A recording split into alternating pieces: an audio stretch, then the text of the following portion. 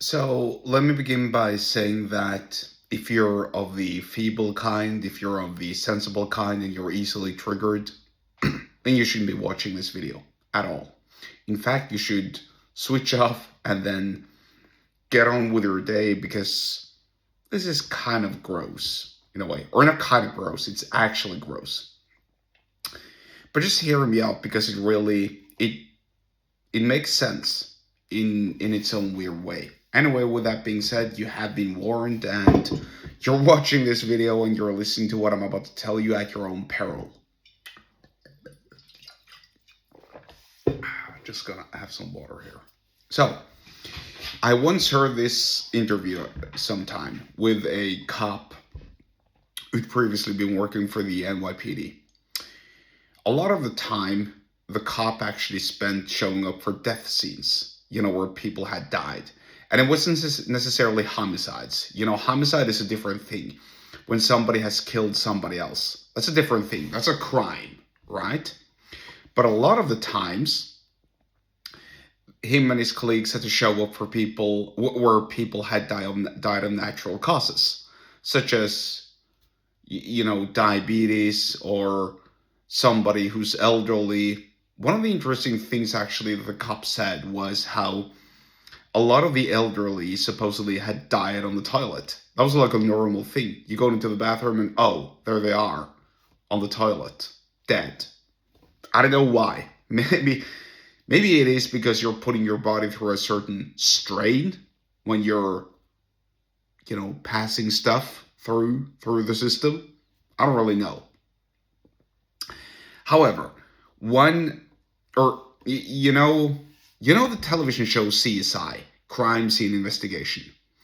I don't know the names of those people, but there are like these sort of technicians in their own way. The people who touch and analyze the bodies of the dead to determine the cause of death.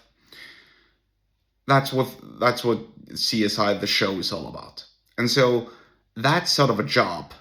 You have to be somewhat special to do that. I personally could never do it. I mean, number one, you'd have the odor. Number two, it's gross to touch somebody who's dead. I've never done it myself, actually, and I couldn't imagine myself doing it. And number three, it's just not for me. But whatever. However, so you have to be kind of a special character, let's say. So the cop told a story about how one of the guys was a real weirdo. Like, it was creepy. Because half of his face was, paralyzed. So he kind of looked like this. Maybe he'd had a stroke, nobody knew, but like half of his face was paralyzed. Which just added to the whole scene and character, and perceived character, rather. So one of the stories about this fellow was, supposedly, allegedly, according to the cop who told the story, was this fella would, and when people die, they piss and shit themselves. Because, when you die, your bladder shuts down. So you automatically pass fluids.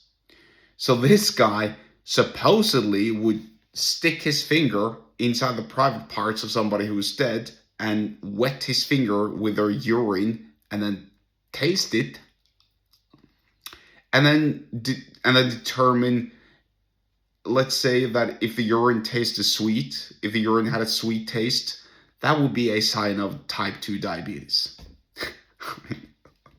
Stuff like that, which is insane. And again, this is just a story. It might be a fib, might be a lie. I don't really know. This is just hearsay. This is just allegedly.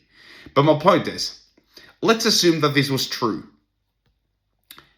Well, then talk about going to great lengths for executing your job properly, at the very least. And so, just like this guy allegedly, supposedly went to great lengths to execute his job, so should you go to great lengths to find out what your audience wants so that you can sell them more. You should listen to them. You have 2 ears and 1 mouth for a reason. Use them.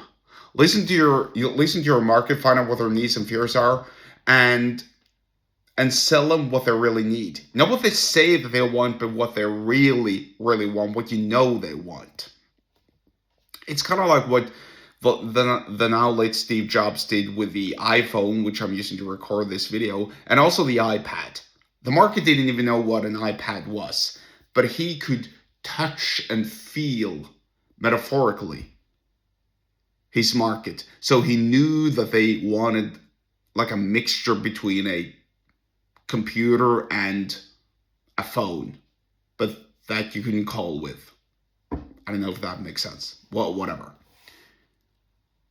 But such insights are derived only from being in proper touch with your market. So just like this creepy, allegedly, just like this creepy dude was in touch with his market, the dead, so should you be in touch with your market, who's hopefully not the dead. If you want to learn more about sales and business in this regard, then get subscribed to my email list. The link to do so is in the episode description wherever you're watching and or listening to this, and I'll see you there.